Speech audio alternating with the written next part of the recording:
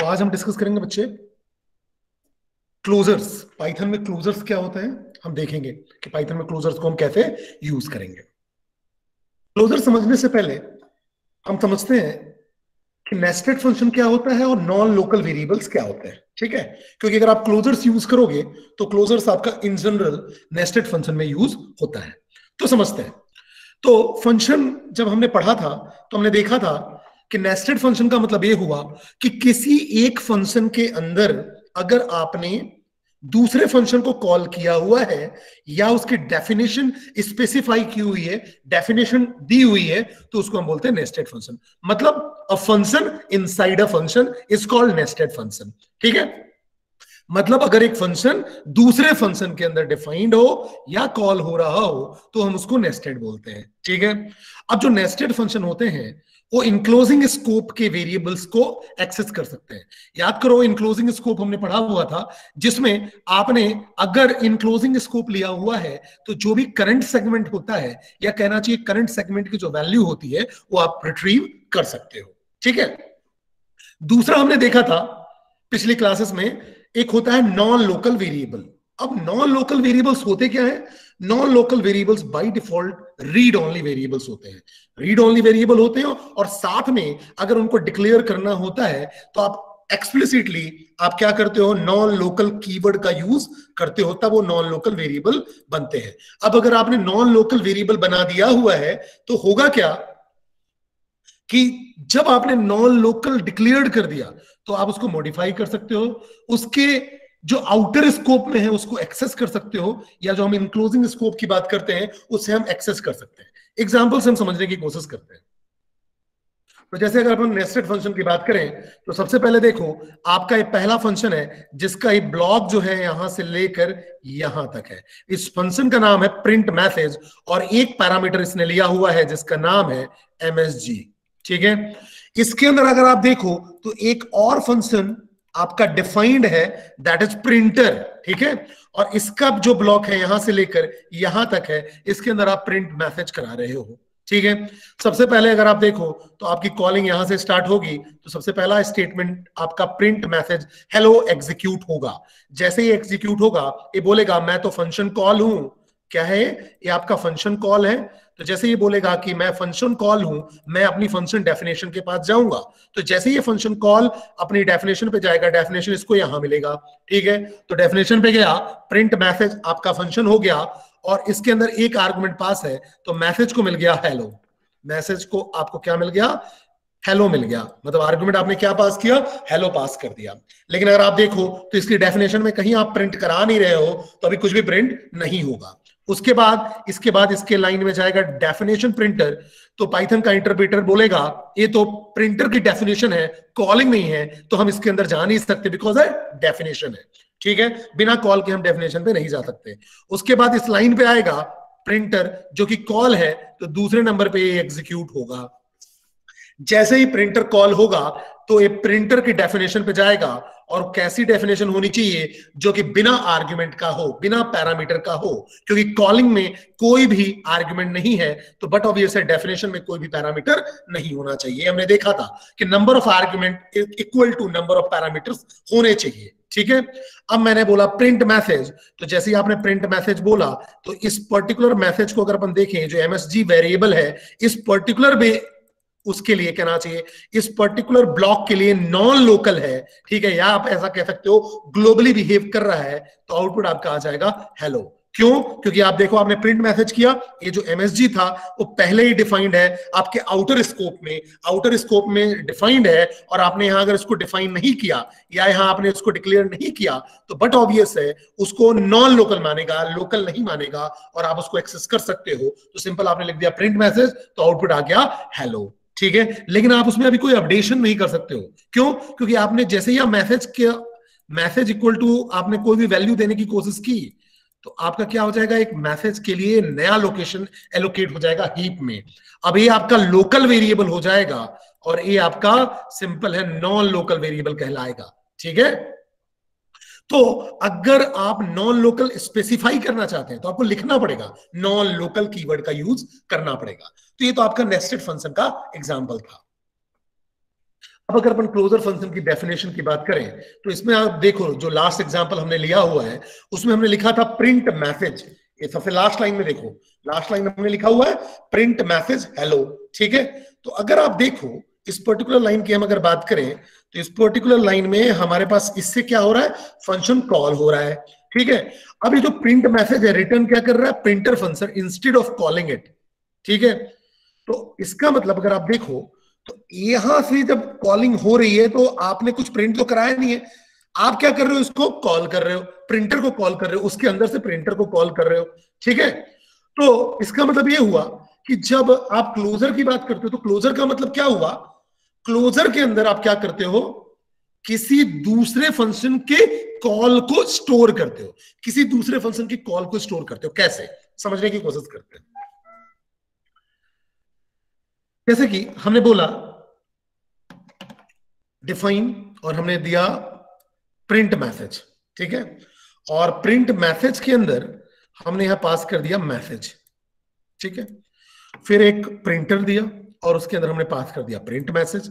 ये आपका इसका ब्लॉक देखो आउटर वाले का यहां तक है, तो इसको हम मान लेते हैं आउटर फंक्शन, ठीक है। तो ये आपका आउटर फंक्शन हो गया और ये आपका हो गया इनर फंक्शन, ठीक है। तो नेस्टिंग तो हो रही है। अब आगे समझते हैं। अब मैंने बोला बच्चे यहां सिंपल हम क्या लिखते थे, प्रिंट मैसेज हेलो, लेकिन मैं क्या कुछ रिटर्न करना चाहता हूं तो मैंने क्या किया, एक वेरिएबल ले लिया, नाम ले लिया another, another equal to print message और उसके अंदर पास कर दिया हेलो, ठीक है। उसके बाद लास्ट लाइन मैंने कॉल किया अनदर, अब मैंने लास्ट लाइन क्या कॉल कर दिया, अनदर। समझना मेरी बात को।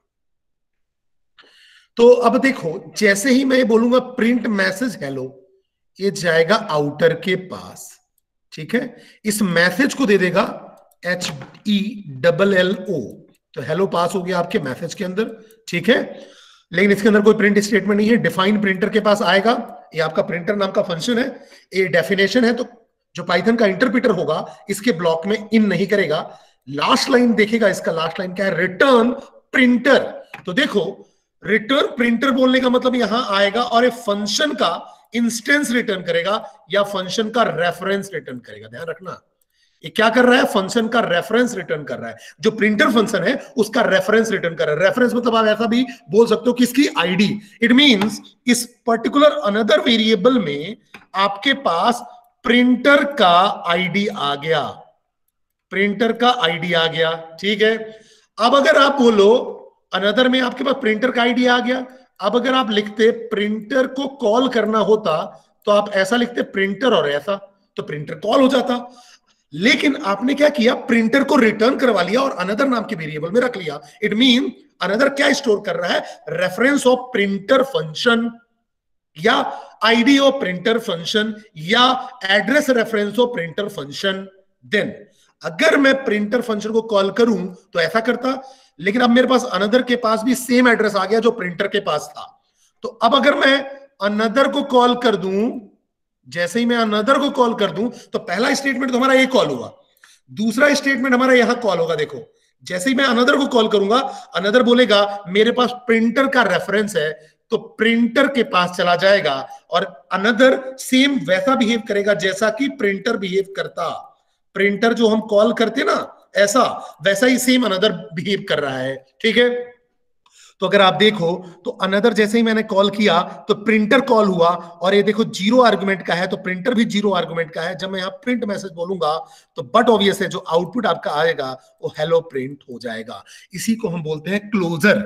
Is that clear to all of you, yes और नो? जब हम रिटर्न किसी फंक्शन का रेफरेंस करते हैं और रेफरेंस को हमने स्टोर करा लिया और हम अब उस फंक्शन को कॉल जो है उस रेफरेंस से करें, मतलब इनडायरेक्टली उसको कॉल करें, तो क्या होता है, ये जो कहना चाहिए कॉलिंग होती है, इसी को हम बोलते हैं क्लोजर, ठीक है। तो क्लोजर का मतलब आप क्या करते हो, किसी फंक्शन के रेफरेंस को स्टोर कर लेते हो। Is that clear to all of you, yes और नो? बताइए बच्चे, क्लियर है या नहीं है? बोलो बेटा, यहां तक बात समझ में आई या नहीं आई? Yes sir.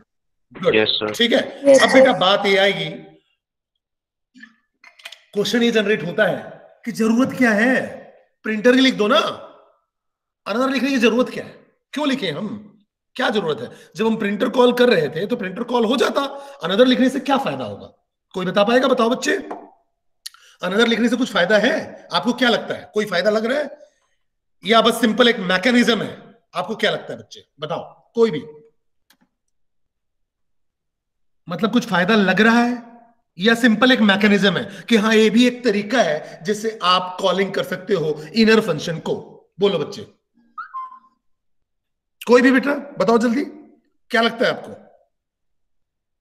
कोई आइडिया है आपको? देखो, अगर हम इसकी बात करें तो सिंपल, अगर हमने इसको क्लोजर बना दिया, क्लोजर बनाने से पहले फायदा क्या होगा ये हम समझेंगे, और इनसे कहना चाहिए क्या डिफरेंस होगा अगर हम सिंपल प्रिंटर कॉल करते और हम अब क्लोजर के थ्रू कॉल कर रहे हैं तो क्या होगा, समझो यहां। तो यहां देखो, जैसे कि अगर मैंने यहां पिछले वाले प्रोग्राम में बात की, तो पिछले वाले प्रोग्राम में मेरे पास प्रिंट मैसेज था जिसको मैंने हेलो से कॉल किया, ठीक है। अब उसके अंदर से मैंने रिटर्न क्या किया? दूसरे फंक्शन को रिटर्न करा लिया, जो इनर नाम का फंक्शन था उसको रिटर्न करा लिया, ठीक है, जो प्रिंटर फंक्शन था अनदर के अंदर। अब जब मैं अनदर को कॉल करूंगा तो वो जो मैसेज होगा वो स्टिल रिमेंबर होगा, ठीक है, और उसका एग्जीक्यूशन वैसा ही करेगा जैसा हम प्रिंटर का एग्जीक्यूशन करते हैं, ठीक है। इसी टेक्निक को जिसके थ्रू हम क्या करते हैं,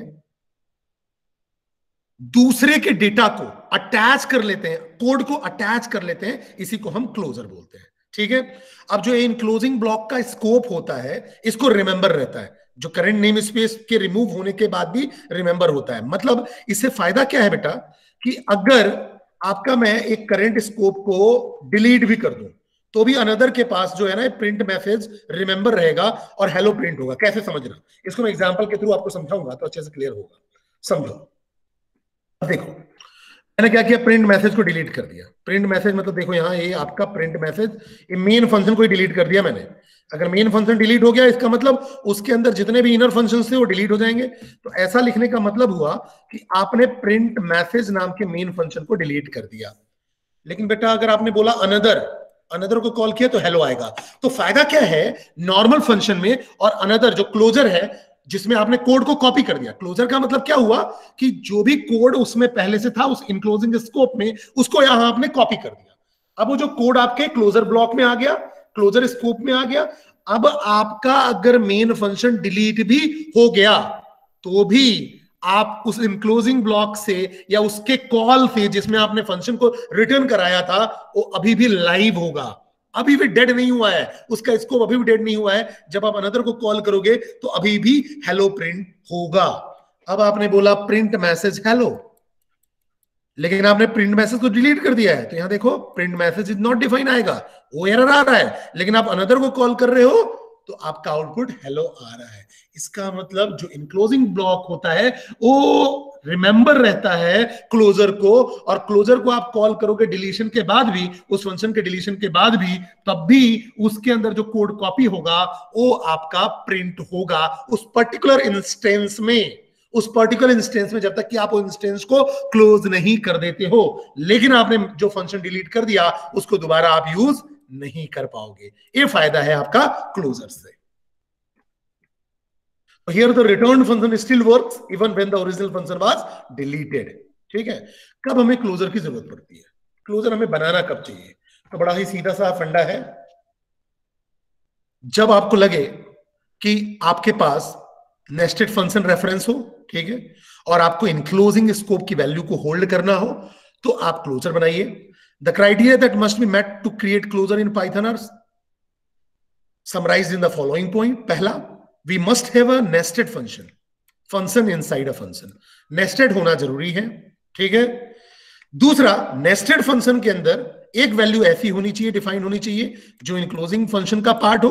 तो नेस्टेड फंक्शन मस्ट रेफर करे कौन से वैल्यू को, defined in the enclosing function. आपने देखा कि वहां पास मैसेज को रेफर कर रहा था, तो nested function must refer to a value defined in the enclosing function. और थर्ड पॉइंट है, इनक्लोजिंग फंक्शन से रिटर्न कराना पड़ेगा वो नेस्टेड फंक्शन को। तो यहां देखो, मैं आपको तीनों पॉइंट को क्लियर करने के लिए वापस से प्रोग्राम पे लेके चलता हूं। तो आप देखो, सबसे पहली बात जो मैंने आपको बोली कि जो ये मैसेज है MSG वेरिएबल, वो देखो यहां रेफर हो रहा है, ठीक है। दूसरा है नेस्टेड फंक्शन का पार्ट है, ये नेस्टेड फंक्शन है, ठीक है।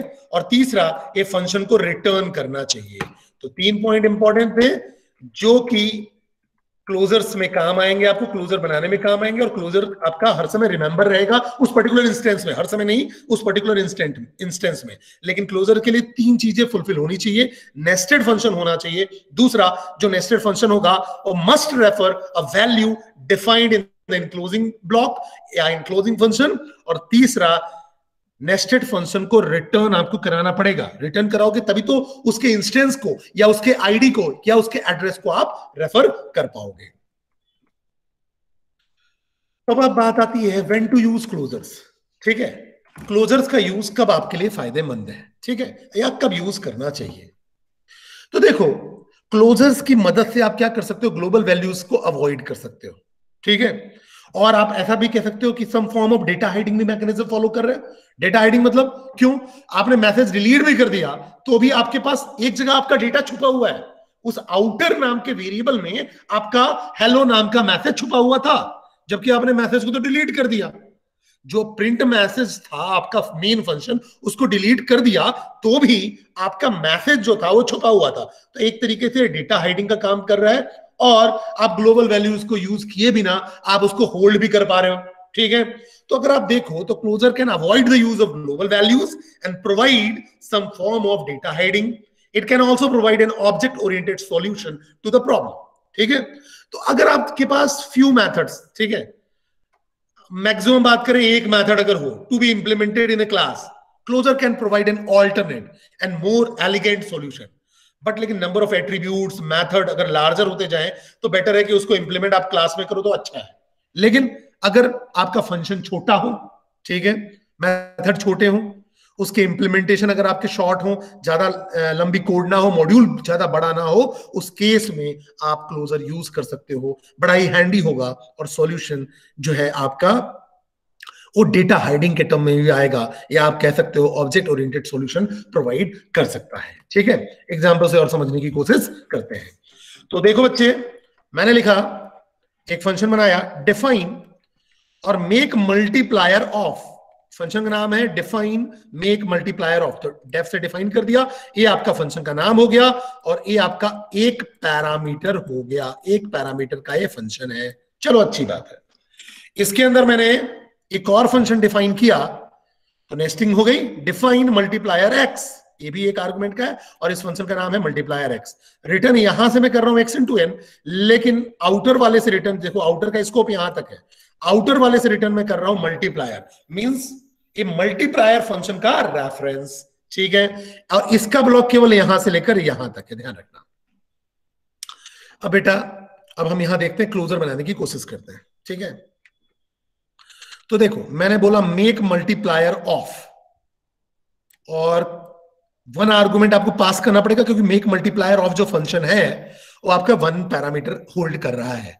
तो मैंने 3 पास किया तो n में चला गया 3, n में चला गया 3, देखना n में 3 गया, और इस डेफिनेशन पे तो जाएगा नहीं क्योंकि डेफिनेशन के अंदर जा नहीं पाएगा जब तक कॉल नहीं आएगा, और रिटर्न करा दिया मल्टीप्लायर। इसके अंदर क्या रिटर्न करा लिया, मल्टीप्लायर। तो टाइम्स 3 के अंदर मल्टीप्लायर का आईडी आ गया या एड्रेस आ गया मल्टीप्लायर का, ठीक है। तो मल्टीप्लायर का एड्रेस आ गया और इसके साथ n की वैल्यू एसोसिएट हो गई 3, ये ध्यान रखना। दूसरा मैंने फिर से एक कॉल किया मेक मल्टीप्लायर ऑफ 5, अब ये फिर से कॉल हुआ, इसके बाद 5 गया, डेफिनेशन में जाएगा नहीं, फिर रिटर्न करेगा मल्टीप्लायर। अब टाइम्स 5 नाम के वेरिएबल के पास मल्टीप्लायर का एड्रेस आ गया, इसके पास भी मल्टीप्लायर का एड्रेस आ गया, देखो मल्टीप्लायर का एड्रेस आ गया, लेकिन n का वैल्यू है 5, ये ध्यान रखना, ठीक है। तो यहाँ टाइम्स 3 और टाइम्स 5 अगर देखें तो क्लोजर की तरह बिहेव कर रहे हैं। चलो अच्छी बात है। अब बेटा मैंने क्या किया, टाइम्स 3 को कॉल किया, टाइम्स 3 9, तो देखो ये 1 आर्गुमेंट का था, कॉल भी आपका 1 आर्गुमेंट वाला होना चाहिए। अगर आप टाइम्स 3 9 बोलते हो तो बट ऑब्वियस है ये वैसा ही है जैसा मल्टीप्लायर 9 होता, मल्टीप्लायर 9 होता, ठीक है। लेकिन एक क्लोजर की तरह बिहेव कर रहा है तो बट ऑब्वियस है इसमें वैल्यूज आपकी मेमोराइज रहेंगी, वैल्यू मेमोराइज रहेंगी एक पर्टिकुलर इंस्टेंस तक, ठीक है। अब आपने मल्टीप्लायर 9 पास कर दिया, तो यहां जब 9 पास किया तो इस x की वैल्यू हो गई 9, लेकिन टाइम्स 3 के पास n की वैल्यू 3 थी, तो यहां x इंटू 9 मतलब 9 इंटू 3, तो कितना आ जाएगा 27। ठीक है, 9 इंटू 3 27। और ये रिटर्न हो रहा है, ध्यान रखो ये रिटर्न हो रहा है। रिटर्न हो रहा है तो या तो इसको स्टोर कराना पड़ता है वेरिएबल में, या डायरेक्टली मैंने प्रिंट करा दिया, तो इसलिए आउटपुट आ गया 27। या तो स्टोर करा लो। ठीक है, यहां तो बात समझ में आ गई। आगे बढ़ते हैं बेटा। मैंने बोला टाइम्स 5 3, ये वैसा ही है जैसा हम बोले मल्टीप्लायर 5। ठीक है, तो टाइम 5 3 से ये यहां जाएगा इसके कॉल पे, लेकिन x की वैल्यू दे देगा 3, लेकिन n की वैल्यू उसके पास 5 है, तो 3 इंटू 5 आप देखोगे तो आउटपुट आएगा 15। ठीक है, लास्ट आउटपुट में मैंने क्या किया, नेस्टिंग कर दिया, जो क्लोजर्स थे उसकी नेस्टिंग कर दी। कोई बात नहीं बच्चे, पहले इनर वाला कॉल होता है, इनर वाला सॉल्व होगा, तो टाइम्स 3 2, टाइम्स 3 का मतलब मल्टीप्लायर 2, तो x की वैल्यू 2 और टाइम्स 3 के थ्रू n की वैल्यू था 3, n की वैल्यू 3 थी, याद करो n की वैल्यू 3 थी, और टाइम्स 5 के थ्रू n की वैल्यू 5 थी। तो बेटा यहां x में आ गया 2 और n में आ गया 3, तो इसका आउटपुट आया 6। अब टाइम्स 5 का आर्गुमेंट हो गया 6, तो 5 6 टाइम्स 5 6 मल्टीप्लायर 6 को फिर कॉल करेगा, x की वैल्यू 6 हुई और n टाइम्स 5 के लिए 5 था, तो 6 इंटू 5 दैट इज 30, तो यहां से आउटपुट आ गया 30। ठीक है, तो अगर इस प्रोग्राम में आप देखो, ठीक है, इस प्रोग्राम में आपके पास क्लोजर्स कौन कौन से, टाइम्स 3 और टाइम्स 5। ठीक है, क्यों, क्योंकि आपने उसमें ही रिटर्न कराया हुआ है मल्टीप्लायर को। Is that clear to all of you, yes और नो, क्लियर और नॉट, बोलो बच्चे, क्लियर है या नहीं है, ये बात समझ में आई या नहीं आई, इसमें कोई कंफ्यूजन तो नहीं है? गुड। ठीक है, अब इसमें कुछ पॉइंट्स हैं। अब पाइथन में डेकोरेटर्स होते हैं जो क्लोजर्स को एक्सटेंसिवली यूज कर सकते हैं। ठीक है, हर फंक्शन के पास या हर फंक्शन, सिंपल सी बात है, ऑब्जेक्ट के टर्म में होता है, एक क्लोजर एट्रीब्यूट होता है, ऐसा ही हम इसको बोलते हैं क्लोजर एट्रीब्यूट, जो क्या रिटर्न करता है, tuple of cell objects, tuple of cell object. ठीक है, अगर एक क्लोजर फंक्शन है तो ध्यान रखना, हर फंक्शन ऑब्जेक्ट जो होता है उसके पास एक क्लोजर एट्रीब्यूट होता है, जो रिटर्न क्या करता है, सेल ऑब्जेक्ट को, या कहना चाहिए टपल ऑफ सेल ऑब्जेक्ट को रिटर्न करता है, अगर वो क्लोजर फंक्शन है तो। अगर हम पिछले प्रोग्राम की बात करें तो क्लोजर फंक्शन कौन कौन सा है इसमें, टाइम्स 3 और टाइम्स 5। ठीक है, तो अब अगर हम देखें, मैंने बोला हमारे फंक्शन का नाम था मेक मल्टीप्लायर ऑफ,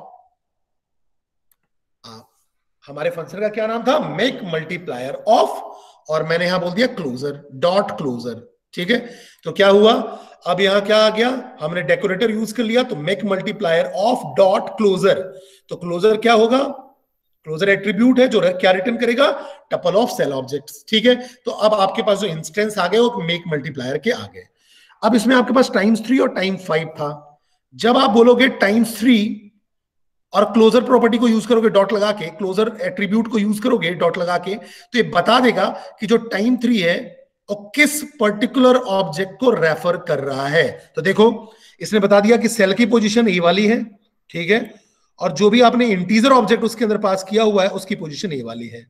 ठीक है, अब अगर आप यहां बोलते टाइम्स 5 डॉट और क्लोजर आप लिखते, तो ऐसे ही क्या करता, सेल की पोजीशन बता देता, मतलब सेल का एड्रेस, और साथ में उसके अंदर जो भी आपने इंटीजर पास किया हुआ है उसका एड्रेस भी बता देता हो। अब मैंने लिखा टाइम 3 क्लोजर, और क्लोजर के बाद मैंने लिख दिया 0, मुझे 0th पोजीशन की वैल्यू चाहिए, 0th मतलब जो भी हमने एक वैल्यू ली हुई है, डॉट सेल कंटेंट, तो याद करो 3 टाइम्स 3 के थ्रू हमने 3 लिया हुआ था, तो 3 आ जाएगा। ठीक है, टाइम्स 5 के थ्रू मैंने 5 लिया था, तो टाइम्स 5 डॉट क्लोजर और 0th point dot cell contents में अगर लिखूंगा तो 5 आ जाएगा। तो ऐसे हम इनके सेल के कंटेंट को भी प्रिंट करा सकते हैं।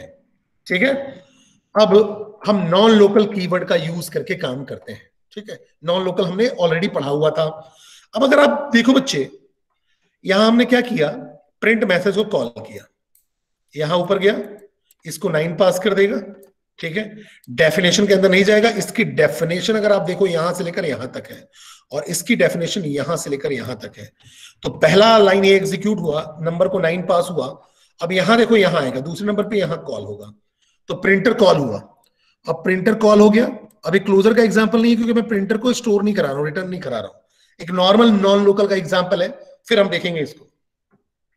जब ये प्रिंटर कॉल हुआ तो मैंने नॉन लोकल नंबर कर दिया, मतलब ये वाला जो नंबर है ये आउटर स्कोप में है। अब यहां जो मैं नंबर ले रहा हूं नॉन लोकल नंबर मैंने स्पेसिफाई कर दिया, ठीक है, तो नंबर 3 हो गया। अब ये वाले नंबर में देखो 9 पड़ा हुआ है, लेकिन नॉन लोकल वाले में नंबर 3 पड़ा हुआ है। जब मैं प्रिंट नंबर करूंगा तो प्रिंट नंबर से आ जाएगा 3, यहां तक तो कोई दिक्कत नहीं है।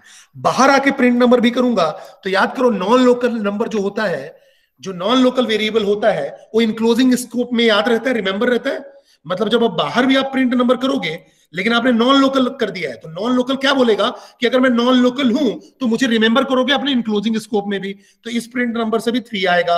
अगर मैं नॉन लोकल नंबर नहीं लिखता तो 9 आता, ध्यान रखना, फिर अपने आउटर वाले स्कोप को ले लेता, जो भी मेन उसका लोकल वेरिएबल होता है उसको ले लेता, लेकिन नॉन लोकल लिया हुआ था इसलिए इनक्लोजिंग वाले ब्लॉक की वैल्यू को लिया, ठीक है, और नॉन लोकल नहीं लेता तो इसका आउटपुट आता 9, ध्यान रखना, ठीक है। तो अब यहां आउटपुट आपका 3 और 3 आ गया, बिकॉज आपने नॉन लोकल स्पेसिफाई किया हुआ है, तो करंट इनक्लोजिंग स्कोप की वैल्यू को ही लेगा, ठीक है। अब बात करते हैं, इसी प्रोग्राम को मैं क्लोजर में चेंज करता हूं, ठीक है। तो अब मैंने simple non local keyword use कर लिया, कोई दिक्कत नहीं है। अब आपका देखो ये इस प्रोग्राम का पूरा पार्ट ये हो गया, इस प्रोग्राम मतलब कहना चाहिए इस प्रिंट मैसेज की डेफिनेशन यहां तक है, और प्रिंटर का डेफिनेशन यहां से लेकर यहां तक है। चलो, ये आपका आउटर फंक्शन हुआ, और ये वाला जो ब्लॉक है यहां से यहां तक ये आपका इनर फंक्शन हुआ, ठीक है। अब बात करते हैं बच्चे, मैंने बोला ABC equal to print message 9, यहां से मैंने 9 पास किया, इस नंबर को मिल गया 9, ठीक है, कोई बात नहीं। अब इस पर्टिकुलर डेफिनेशन में जाएगा नहीं क्योंकि कॉल नहीं है, लेकिन मैंने कॉल किया, जैसे ही कॉल किया तो यहां जाएगा, गया, ठीक है। अब इसके अंदर बोल दिया मैंने नॉन लोकल नंबर, नंबर को मैंने 3 दिया, प्रिंट नंबर से आ गया 3, ठीक है। अब उसके बाद फिर मैंने प्रिंट कराया प्रिंट नंबर, फिर आ गया 3, क्यों, क्योंकि इनक्लोजिंग स्कोप का आउटपुट आएगा, क्योंकि ये नॉन लोकल है। अब मैंने बोला रिटर्न प्रिंटर, रिटर्न प्रिंटर, यहां रिटर्न हो गया प्रिंटर का इंस्टेंस, एबीसी के पास प्रिंटर का इंस्टेंस आ गया, प्रिंटर की आईडी आ गई। अब जब मैं एबीसी को कॉल करूंगा, जब मैं एबीसी को कॉल करूंगा तो ध्यान रखो वो किस चीज को रिमेंबर करके रखेगा, यहां जाएगा आपका ये प्रिंटर फंक्शन के पास ही कॉल होगा, नॉन लोकल नंबर 3, तो प्रिंट नंबर क्या हो जाएगा 3, प्रिंट नंबर फिर से 3 आ गया, ठीक है। और उसके बाद अब कोई आउटपुट नहीं आएगा क्योंकि ये लास्ट स्टेटमेंट था। तो पहला एग्जीक्यूशन यहां से हुआ फर्स्ट, सेकंड आपका ए एग्जीक्यूट हुआ, कॉल हुआ मतलब, फिर थर्ड ए, फिर वैल्यू रिटर्न हुई, और फिफ्थ नंबर पे आपका ए कॉल हुआ। जैसे ही आपका फिफ्थ नंबर पे कॉल हुआ फिर से प्रिंटर आपका कॉल हो गया, जो रिमेंबर वैल्यू थी नंबर की वो आपका प्रिंट हो गया 3। अब आपने क्या किया, प्रिंट मैसेज को डिलीट कर दिया, लेकिन अगर एबीसी को कॉल करोगे तो 3 आएगा ही आएगा, क्यों, क्योंकि इसको वैल्यू रिमेंबर रहेगी। लेकिन अगर आप प्रिंट मैसेज करोगे तो आपको एरर आएगा क्योंकि प्रिंट मैसेज डिफाइंड नहीं होगा। Is that clear to all of you, clear और नॉट?